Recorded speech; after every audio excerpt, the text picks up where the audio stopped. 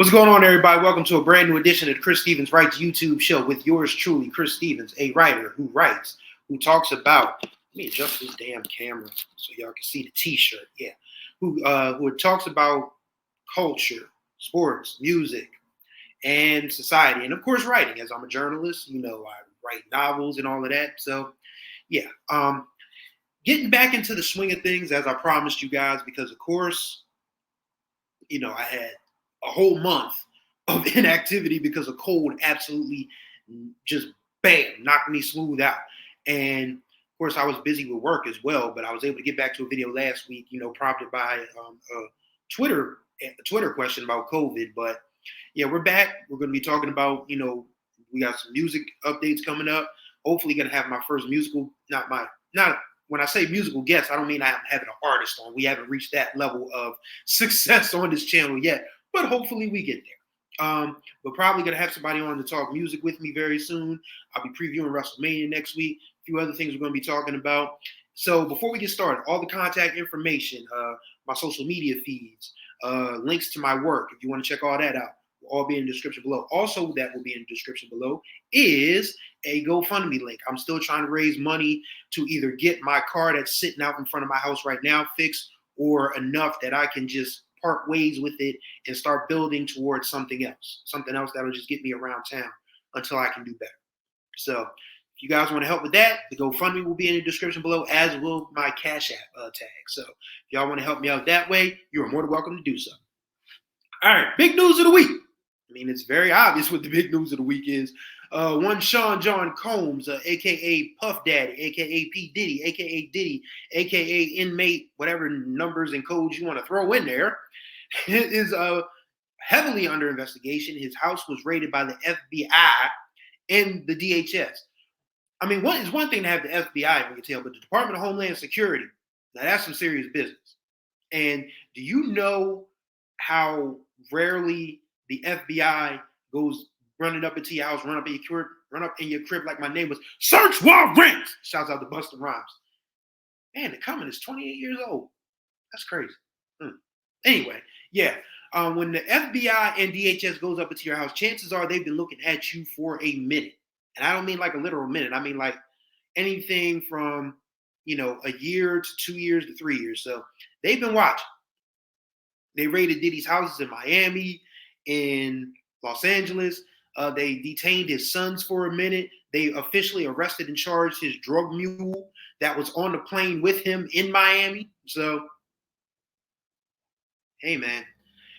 I mean, when people have been saying that you've been a nasty person, not just from a musical perspective, but from a sexual deviant perspective for years, it's going to catch up to you eventually.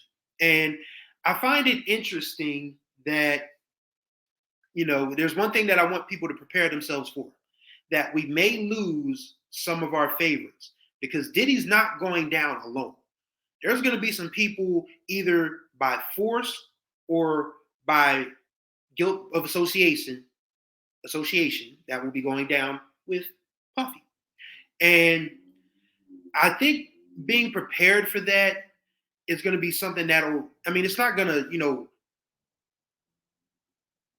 lessen the blow by any stretch of the imagination, but we just have to remember that this man has been on the scene pretty much for 35 years. Because when you think about it, when he started interning at Uptown Records and stuff, for Andre Harrell, that was in the late 80s.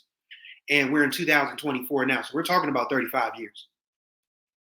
So 35 years of doing whatever the hell he wants and having a network and a empire and a wealth base built over time means that that man has done some nasty, nasty stuff. And I don't think we're even going to learn the totality of it all. We didn't even learn the totality of it with R. Kelly. And Diddy had a bigger head start than R. Kelly. Because R. Kelly, you could probably say they probably went, he probably came into fame or fortune for them or whatever around the same time, 1989, 1990-ish.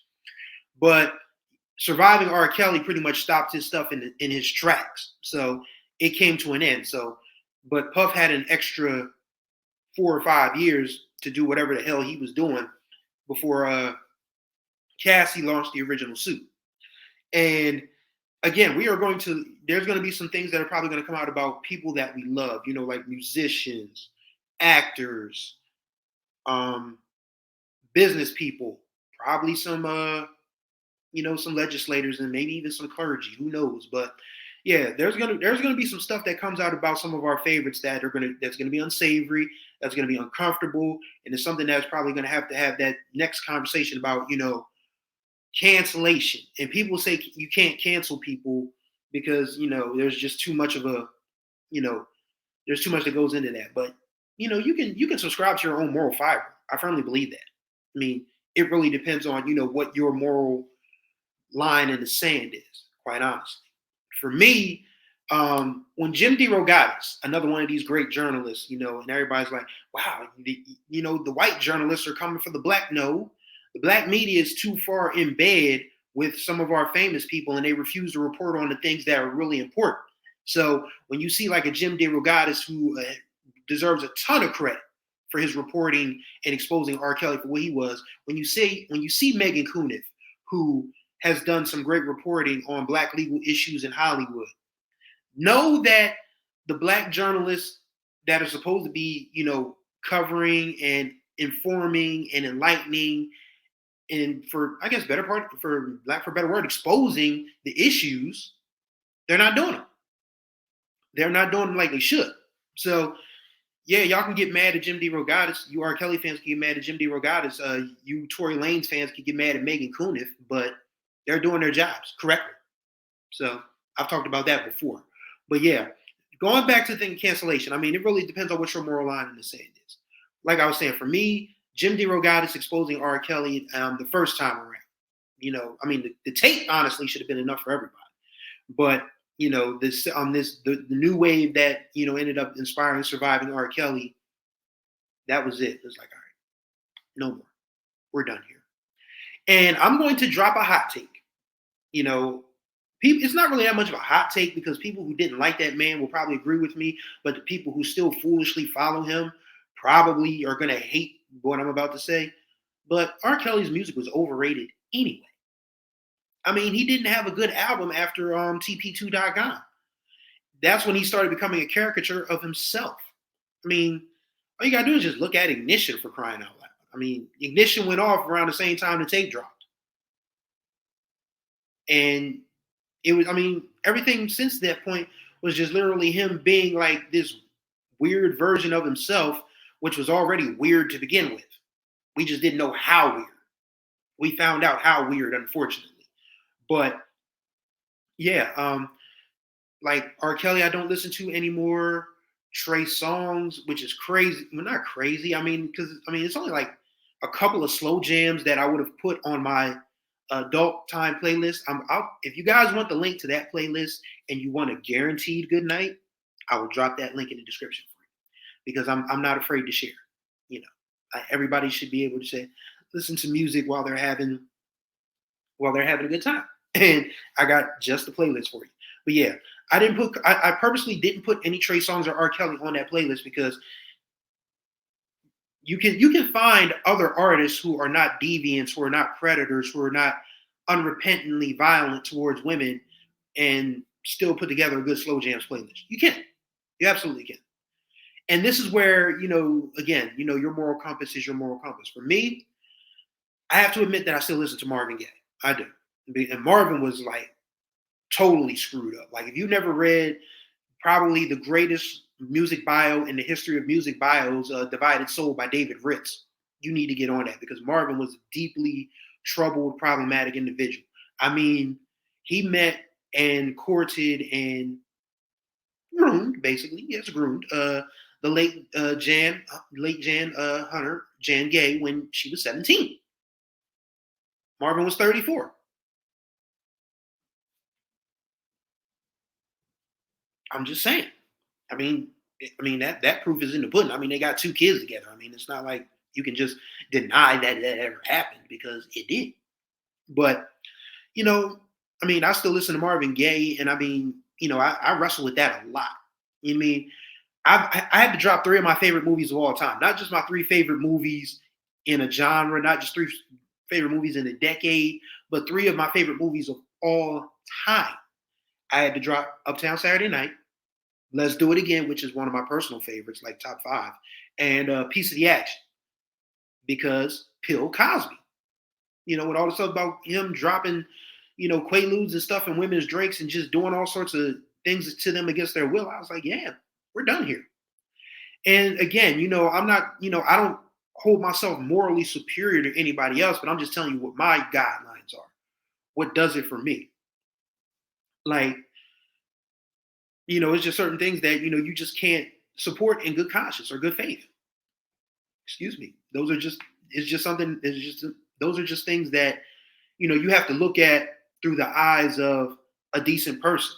And most of us, and I believe, yeah, there are some people that are just unrepentantly horrible people, but I still think there's a streak of decency in a lot of people. And if you can find that streak of decency in you, then you know that you can't be listening to songs that R. Kelly wrote because he was writing them for teenage girls. You can't listen to the stuff that was written by Trey Songz or recorded by Trey Songz because he was putting women under duress. And that's just the facts. Those are the facts. I can't sit here and argue anything to the contrary. But yeah, as far as going back to Diddy goes, it's going to be interesting to see how that works out because someone tweeted the other day, are we going to have to drop everything we listened to from 1996 to 2023? And that's going to be an interesting conversation because about the music business, and Puff is probably one of the sharkiest sharks in the business. Because he learned from one of the original sharks, Berry Gordy. And this isn't a slight at Mr. Gordy because Mr. Gordy was not as problematic as Puff. Yeah, he fooled around on his wife, and yeah, he liked to, milk marathon every now and then. That's why we have Tracee Ellis Ross, who's respectfully one of the finest women on the planet. But let's be clear about this. Berry Gordy still owns roughly most of the publishing from everything Motown recorded under his auspices from the very beginning until the time he sold in the late 1980s. Know how you know this? There was a beautiful thing back when physical media was the preferred method of getting to music called liner notes. And liner notes gave you not only just the titles of the songs, and in some cases, some people even printed the lyrics out. I miss those days when you could get like the lyrics and in the liner notes. But what you also got was the credits. And the credits were always being parentheses. Like, who wrote a song, because their name would be in parentheses under the name of the song. So let's just say Babyface did something for somebody. In parentheses, you would see, more often than not, you'd see K. Edmonds, you'd see D. Simmons, you would see A. Reed. Of course, Babyface's given name is Kenneth Edmonds, excuse me. Daryl Simmons, D. Simmons was Daryl Simmons, who of course is one of Face's trusted collaborators, as well as A. Reed, which is Antonio L.A. Reed. So when you see K. Edmonds, D. Simmons, and A. Reed, that's who wrote the song. Also, there's publishing houses and publishing entities that a lot of these artists and producers register to get their proper credit and royalties when these songs are played wherever they're played. So I'm going from my experience as a dyed-in-the-wool Rockefeller Rough Rider stand during the late 90s, early 2K. I know Jay-Z's publishing company back then was Lil Lulu. Swiss Beats' was Dead Game. DMX, God rest his soul, one of my favorite rappers. His was Boomer X Publishing. Ease was Blondie Rockwell. And just remembering those, and not only did they have the names of the publishing houses, they had the name of the publishing firms that were, in charge of overseeing this stuff. You had ASCAP, you had BMI, and for some folks, you had CSAC. Those were the big three. Those are the three, publishing firms that, oversaw everybody's publishing to make sure folks got their proper credit for samples, for royalties, and different things of that nature. Everything under Berry Gordy's Motown is Joe Bette music, which is after his children, Hazel Joy, Barry Jr., and Terry. And of course, with Diddy, with Bad Boy, you had Justin Combs publishing under everything. Justin Combs publishing is on the Lox's We Are the Streets album. And that was after the Locks left Bad Boy straight and went straight for Rough Riders. Rough Riders was their management team, but they went straight with the label after the Let the Locks Go campaign. But I still remember picking up We Are the Streets in January of 2000 and seeing, Justin Combs publishing. I was like, damn, I thought they left this nigga, man. It's like you can't catch a break. You cannot catch a break. I mean, the music industry is crazy. That's probably why Kiss had the Raping You record skit on We Are the Streets. So, yeah, you learn a lot about the music industry just, through offhand. I mean, there's still so much more to learn, and that's why, you follow people like on social media, like Naeem Cochran or whatever, different folks like that who are, industry veterans who are plugged in, who actually spent time working with and around these people and know pretty much where the bodies are buried for the most part. So yeah, there's always that. And yeah, so canceling Puff is going to be hard to do because while he wasn't literally on the keys, he wasn't playing the guitars, he wasn't arranging the horns and the strings, he wasn't tapping out the drum beats on the MPC or the SP12. Oh my God, Easy Mo B. Easy Mo B does this thing where he has the original discs from when he did stuff for Big, Busta Rhymes, Pac, and he posts it to his Instagram feed every once in a while. Go find Easy Mo B on IG. It's a beautiful thing. But yeah, when Puff wasn't tapping out the drums, he wasn't playing the guitars or the bass, he wasn't doing the keys. He was just like, all right, that sounds good. Cut it. And then he'll put Justin Combs publishing on it. That's how he got rich, basically. That's basically how he got rich. And rich turned into wealthy, and then wealthy just turned into filthy wealthy. And now all of that is probably going to go away because he's going to be paying lawsuits and legal fees for the rest of his natural black ass life. So just be mindful. I mean, again, your moral compass is your moral compass. Your moral guide is your moral guide. I'm not going to tell you who to listen to, who not to listen to. I'm just telling you how I operate. And yeah, it's going to be tough. I mean, going back to Life After Death, I mean, one of my favorite Biggie songs is Fucking You Tonight. It is. It is. And I haven't listened to it in 6 years. Probably won't listen to it again because now you've got two people associated with that song that I cannot rock with in good conscience. Maybe 3 if you count Big, if you believe, it's probably true. I mean, people, vouch that he did pull a gun on Lil' Kim and probably did beat her up. So yeah, there's 3 people that, ruined a perfectly good song about, the more casual, laid back side, not laid back, but I guess no strings attached side of sex. I remember when it was a single. I think it was the B-side. I can't remember what it was the B-side of, but I lost my copies of Life After Death fairly early in the album's shelf life. And I had to wait until I started a new job after school to go rebuy that album. But I never forget, somebody, handed me off the CD single to it. And I literally went with a tape deck to my sister's house. And my sister let me record it because my older sister was a lot cooler about this shit than my mom was. My mom was never going to let me. When I discovered rap in the mid-90s, I had to do it through earphones because my mom just hated everything about rap. And so I had to sneak and go listen to stuff. I had to have friends sneak me stuff. And I had to listen to them with my earphones on. Because goodness knows, if my mom heard the stuff I was listening to from Snoop and Pac and Biggie and Busta Rhymes, man, yeah. But yeah, I literally went with that CD single of, Fucking You Tonight and whatever was because it was the B-side. I can't remember maybe Hypnotized was the A-side. I don't know. But yeah, either way, I went to my sister's house with the CD that somebody slipped me and put it on a tape deck so I could just, dub Fucking You Tonight and then put it on a single tape. There was one song on one 90-minute tape and put it in so I could put it in my Walkman and listen to it whenever I wanted to. So yeah, it was one of my favorite songs as a I guess you could call me a horny 16-year-old. Yeah, I was girl crazy. Just didn't really have a chance to express it. But yeah, and then, I listened to that song well into adulthood, but after the Jim DeRogatis stuff surfaced, I was like, peace. And damn it, he's also on one of my favorite Mary J. Blige songs. He's on It's On from Share My World. Son of a bitch. God damn it. So many horrible people in this music and entertainment industry that we just going to have to get rid of everything, man.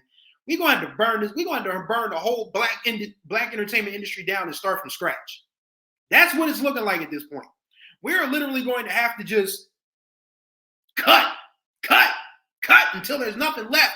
And then, start planting some new seeds or whatever, because this industry is just god awful. And so many black people in it are god awful. It's just like, why? Why can't y'all just stick to the music? Why can't y'all just stick to the art? Why y'all got to be so damn nasty? Ugh. Whatever.